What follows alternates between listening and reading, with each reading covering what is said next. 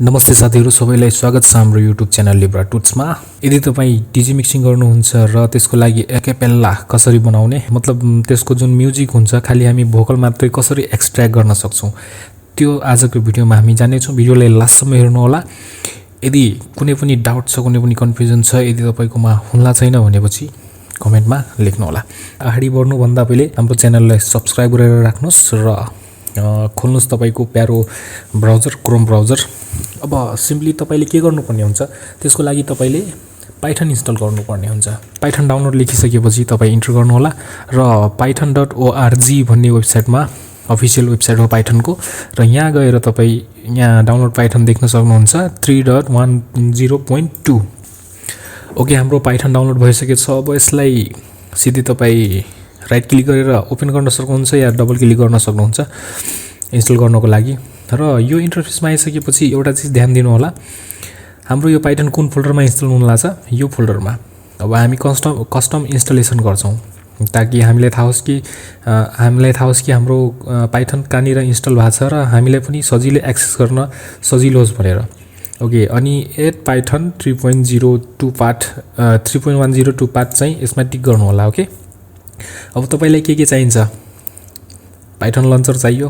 Okay जे चाहिन्छ त्यो टिक गरिहाल्नु होला र फर अल युजर यसलाई अनटिक गरेपछि तपाई खाली जुन अहिले लगइन हुनु भएको छ त्यो युजरमा मात्रै हुन्छ र फर अल युजर गरेपछि तपाईको जुन नयाँ युजर बनाउनुहुन्छ त्यहाँ पनि तपाई चलाउन सक्नुहुन्छ पाइथन मजाले। अहिले चाहिँ यिनी दुईटालाई इन्स्टल गर्दैन, अहिले डाउनलोड हुन समय लगाउँछ, त्यसैले म डाइरेक्ट इन्स्टलमा क्लिक गर्छु र यस गर्ने। यसमा सेटअप प्रोसेस स्टार्ट भइसकेको छ।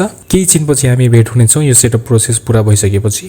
पाइथन सक्सेसफुली इन्स्टल भइसकेको छ र अब यसलाई क्लोज गर्नुस् र तपाईलाई चाहिन्छ एउटा अर्को सफ्टवेयर स्प्लिटर पाइथन लेखेर सर्च गर्नुस् र स्प्लिटर पाइथन लेखेर तपाईको यो वेबसाइट आउँछ pypi.org भनेर र यसमा फर्स्ट लिंकमा क्लिक गर्नुस् र यहाँ देख्न सक्नुहुन्छ डाउनलोड फाइल्स भनेछ र तपाई यहाँबाट डाउनलोड गर्न सक्नुहुन्छ मजाले। मैले डाउनलोड गरिसकेको छु त्यसैले धेरै टाइम वेस्ट गर्न चाहन्न म।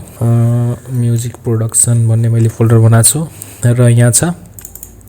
ओके म यसलाई डबल क्लिक गरेर इन्स्टल गर्छु। मैले डाउनलोड गरिसकेको छु त्यसैले त्यहाँबाट डाउनलोड गरेन मैले, सिम्पली म यहाँबाट इन्स्टल गर्छु यसलाई। र हाम्रो स्प्लिटर GUI पनि इन्स्टल भइसकेको छ र यसलाई फिनिश गरौँ र हाम्रो यहाँ डेस्कटपमा आइसकेको छ र यसलाई हामी डबल क्लिक गरेर ओपन गर्छौं। र अब यहाँ देख्न सक्नुहुन्छ सबभन्दा सुरुमा पार्ट्स टु सेपरेट हामी 5 गर्छौं।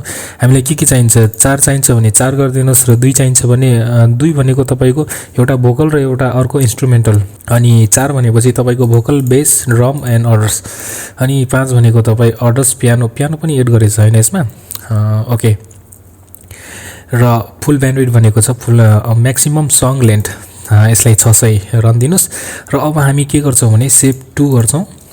एउटा फोल्डर क्रिएट गर्छौं, म डेस्कटपमै फोल्डर क्रिएट गर्छौं एउटा डेस्कटप कहाँ गयो, डेस्कटपमा मैले एउटा फोल्डर क्रिएट गरेँ, new folder. Okay new folder 2 हैन यही रन्दियौ।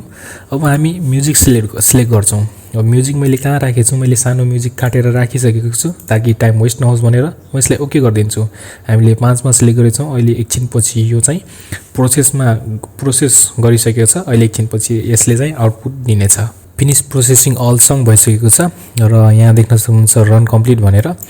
अब सिम्पली न्यू फोल्डरमा जानुस्, तपाईले कुन फोल्डरमा राख्नु भएको थियो, कुन फोल्डर बनाउनु भएको थियो त्यो फोल्डरमा आइसकेपछि यहाँ देख्न सक्नुहुन्छ सबै फाइलहरु बनिसकेको छन् र फेरि एफएल स्टुडियोमा तपाई त्यसलाई ड्र्याग एन्ड ड्रप गर्छु म एफएल स्टुडियोमा। ओके यहाँ मैले ड्र्याग एन्ड ड्रप गरे। यो चाहिँ मैले सङ काटेर राखेको थिएँ। अब यो चाहिँ हाम्रो अहिले बनाएको हो। यो चाहिँ हाम्रो भोकल पियानो केही छैन अनि अर्डर छ, यो ड्रम छ अनि बेस छ। अब यसलाई सुनौं है एक एक गरेर।